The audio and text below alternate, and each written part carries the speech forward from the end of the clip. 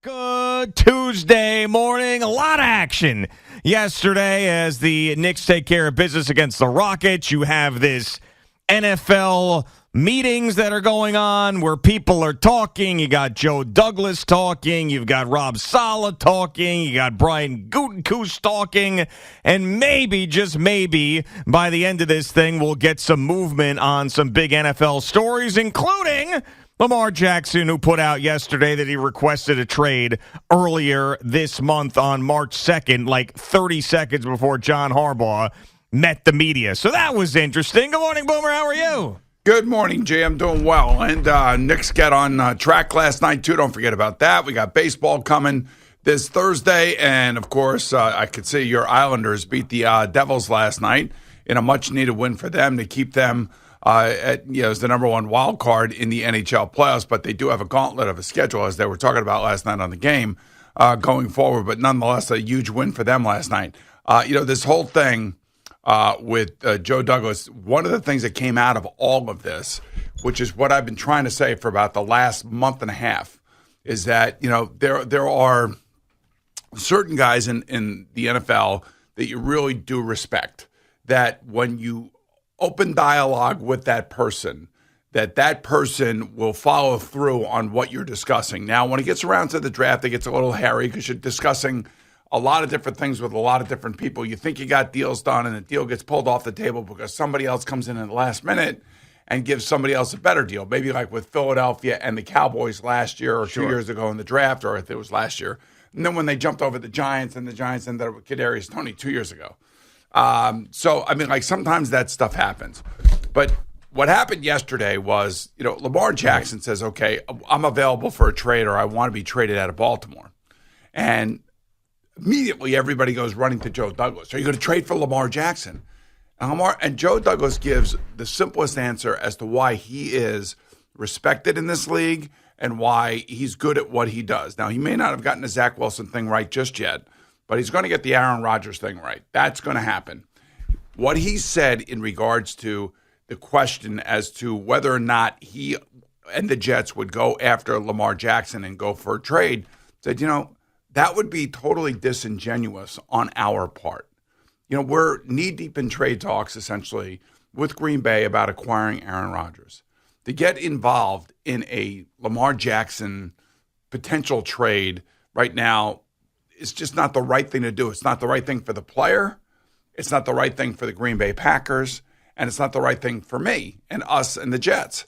And, that's all you need to know about what I've been saying for now, 6 weeks, is that Joe Douglas and Brian Gutekunst have been talking about this trade for now, 2 months.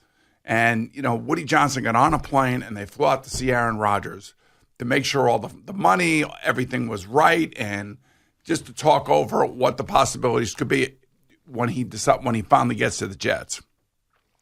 So the Packers have to be genuine here. They know that they're not getting a first-round pick. Told you that. They may get a swap of first-round picks this year, which would be 15 to 13, 13 to 15. That could be a part of a deal. They'll get a second-round pick, and then they'll get a conditional pick next year, whether it be a second or a third. I don't know if that's the sticking point. But that's where we are, and that to me tells you all you need to know about who Joe Douglas is, how he's running the Jets, and why he's so well thought of. For the most part, when you're dealing with legitimate people in the NFL that are not backstabbers, that also hold up their end of the bargain, which I think Brian Gutekunst is. Well, I don't know about that. I disagree from some of the stuff that he said yesterday. First of all, this thing should have been done a long time ago. And the only reason why it's not is because of that guy. I don't know how much Mark Murphy is involved, but it's that guy. And just as you said, the Jets are not playing games. They're not messing around. There's no gamesmanship. There's no nonsense.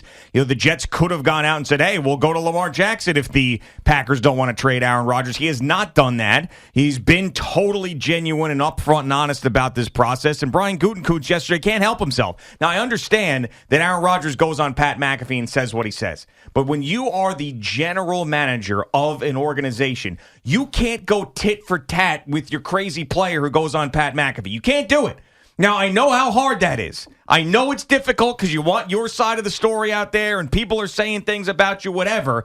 But the fact that he's out there going, I had to move on because he didn't return multiple calls and I couldn't reach him and all. Just let it go, man. Once he said that, I knew everything I needed to know about why this trade hasn't happened. It's personal. He's holding it up because it's personal. Exactly. And that's why I think Joe Douglas and other general managers don't have the same respect for Brian Gutekunst as they would Joe Douglas. I'm not, all I know is that Brian Gutekunst has gotten this team to 39. What was it? No, 39-9. The first 3 years of Matt LaFleur's coaching. So and he a lot knows of that what has he's to do doing. with Aaron Rodgers winning 2 MVPs. It does, but they also had to get rid of Mike McCarthy, and that got messy and everything else. And I think that, Gutekunst knows what he's doing. But I've been saying, and just like you amplified, you got to get over the personal ego stuff here. These two, for whatever reason, don't seem to like each other.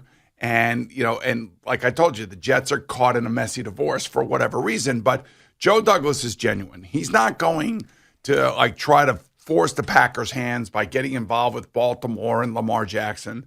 He's just not. They know they know who they want. The player wants them, and the Packers want to get rid of the player. And the player is 39 years old. He's a great player. He still has at least 2 more years left if that's what he wants to give. But the Jets can't go crazy in compensation, as I've been saying, simply because you don't know if he's going to play 1 year or more. Yeah. You just don't know. I think Aaron would like to come here, and I don't want to put words in his mouth, but I'm getting the sense he's got a chip on his shoulder. I'm getting a sense he's really committed, and I'm getting a sense that he really wants to do well with the Jets. And that's why Jet fans will be happy when they see what he settles for when it comes to his contract. Yeah, and there's just no reason at this point. The Jets are not going to cave. There's no reason for the Packers to continue to hold this up, especially when Brian Gutekunst says yesterday that they know they're not going to get that hard first-round pick that we've said and you've said they're not going to get, period, because it's just a stupid thing to ask for a 39-year-old quarterback. You don't even want to be your quarterback anymore. There's so many people out there that just are so off base about compensation and all this other stuff. It's a reasonable compensation package for a first ballot Hall of Famer who still has a lot to give, but it's not an overreach because, again, even Gutekunst knows that Aaron Rodgers is a mercurial player. So if he comes here and he gets hurt, or he comes here and things don't go well, and he wants to call it quits after it's over with. The Jets have got to protect themselves. I mean, they can't go nuts. Sure. And that's why, I believe that I wouldn't be surprised if the deal's done by the end of the week. But, it's going to happen eventually.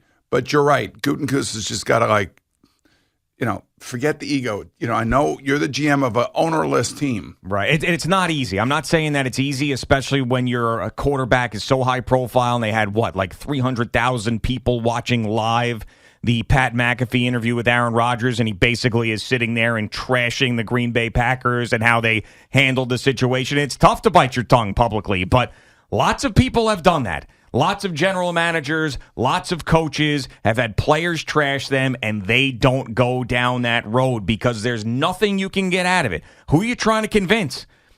As the success that he's had, it's not like he's fighting for his job at this point. No. They've had a lot of success. He's the general manager. He, for this moment, has job security. We'll see what happens with Jordan Love, but he doesn't need to prove anything to anybody. You could also say that he was the one that started the whole Jordan Love problem, if you want to call that a problem. Well, it was a problem for Aaron Rodgers. That's what I'm saying. Yeah. I mean, they could have drafted a wide receiver, which everybody that was watching that draft thought that's exactly what the Packers were going to do. Mm-hmm. And then out of the blue, they took Jordan Love. Yeah. And that, of course, antagonized their starting quarterback. And all he did was win 2 MVPs after the fact. But, again, Joe Douglas is a very highly respected general manager. He's trying to do the right thing here. He's trying to give the Packers space and let them figure out whatever the issues are between them and Aaron Rodgers and let them go through it.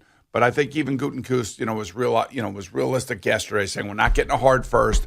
But like I said, swapping the first 2 picks, that's like adding the value of going from 15 to 13 is like adding a 3rd round pick. So I could see that, and the Jets will still get a very good player. The Packers will get a very good player. And I could see one of these 2 second-round draft picks this year, and then I could see a conditional second or third next year. Been saying that, and that's what I think it's going to be. Yes, and those conditional picks are huge for a team because Aaron Rodgers goes to the Jets and takes them to the Super Bowl, and you end up that second rounder turns into a first rounder or whatever. And that first rounder would be a late first rounder. But still. Because the Jets would have had success. Like here, so to me, like the Bears did a really smart thing. They made this trade with Carolina Panthers. Mm-hmm. And, I love Frank, and I think Frank's going to do a good job there. I don't think that if they draft a quarterback and they throw him in there right out of week one, which I doubt they will, they'll probably, depending on who they draft, they'll probably go with Andy Dalton. But still, there is a chance that, it's going to take a while for Carolina to get going. Mm-hmm. Carolina could end up with the number 1 overall pick next year. Which would go to the Bears. Which would go to the Bears. Yeah. Which, if I were the Bears, that's what I'm trying to figure out. Like I got to worry about this year, of course, but I also want to look into the future and see what happens. Yeah. So, I just think that the Bears did a great job. I know that Frank and the Carolina Panthers are immersed in every single one of these players. Josh McCown may have let a little something out of the bag in his conversation with C.J. Stroud about moving to Charlotte and all this other stuff. Mm-hmm. But at the end of the day, this is really, really interesting from the NFL standpoint with these quarterbacks, with these trades. And now Lamar Jackson comes and blisters the Ravens, and they don't want to pay me my value. Nobody else wants to see him to pay his value either. I mean, nobody's really knocking down his door, and I'm someone who has enjoyed him, watching him in the league. And he should have gotten paid a couple years ago. It didn't happen. If they had the right process at that point, he had an agent, he probably would have gotten a similar contract to some of the big ones that are out there for quarterbacks. He has screwed this thing up so bad. Every single day he screws it up more. And you want to talk about fighting PR battles. That's all this guy does is fight PR battles. It's a mess. It's a total mess. He keeps digging himself a bigger hole. And right now, it's laughable. And you want to know why other teams don't want to deal with it? I mean, this is what he's doing this offseason makes what Kyler Murray did last offseason just a blip on the radar. I mean, his agent put out a little missive or whatever that was. He changed his Instagram stuff and he got his contract. What Lamar Jackson's doing here, this is out of control. And he comes out and he said goodbye to the Ravens fans yesterday. I mean, what are you doing? I mean, just handle this professionally, man. I mean, this guy, if someone... I don't know who that person is. I really don't. Someone that he respects in his life, probably a former player that he looked up to, somebody just sat him down and said, listen, man, you are a great player with so much ahead of you. Just act like a professional. Stop this. Stop it.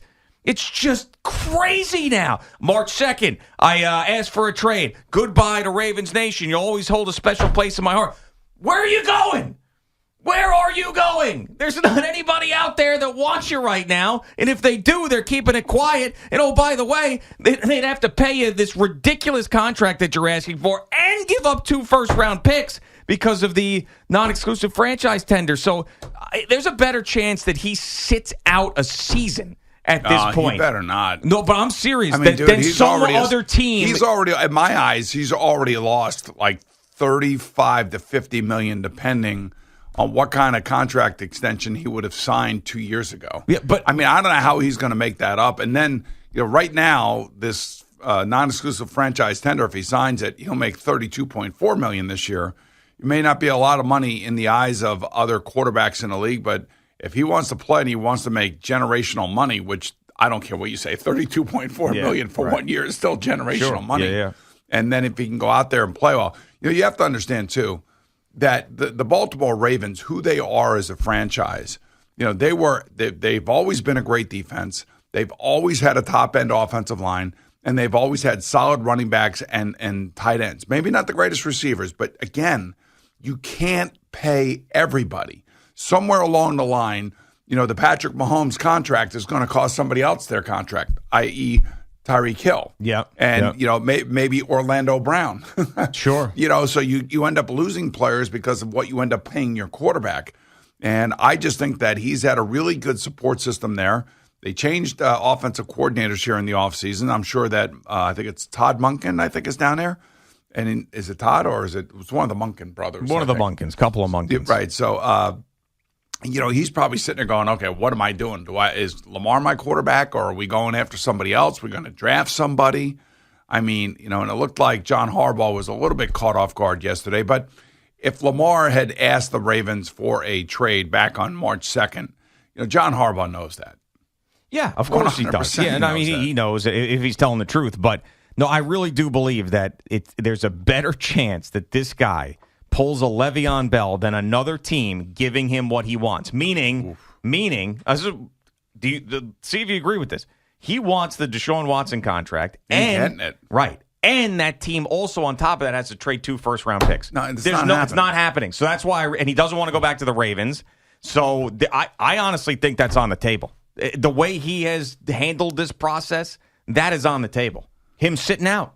I mean, this is a guy who apparently quit on his team at the end of the year and didn't play through an injury that maybe wasn't all that bad because of this contract situation. You tell him he's not capable of sitting out a full year with the way that this has gone on? Listen, here's the one thing about being a football player. You ain't getting any younger. Yeah. And the older you get, the worse you become.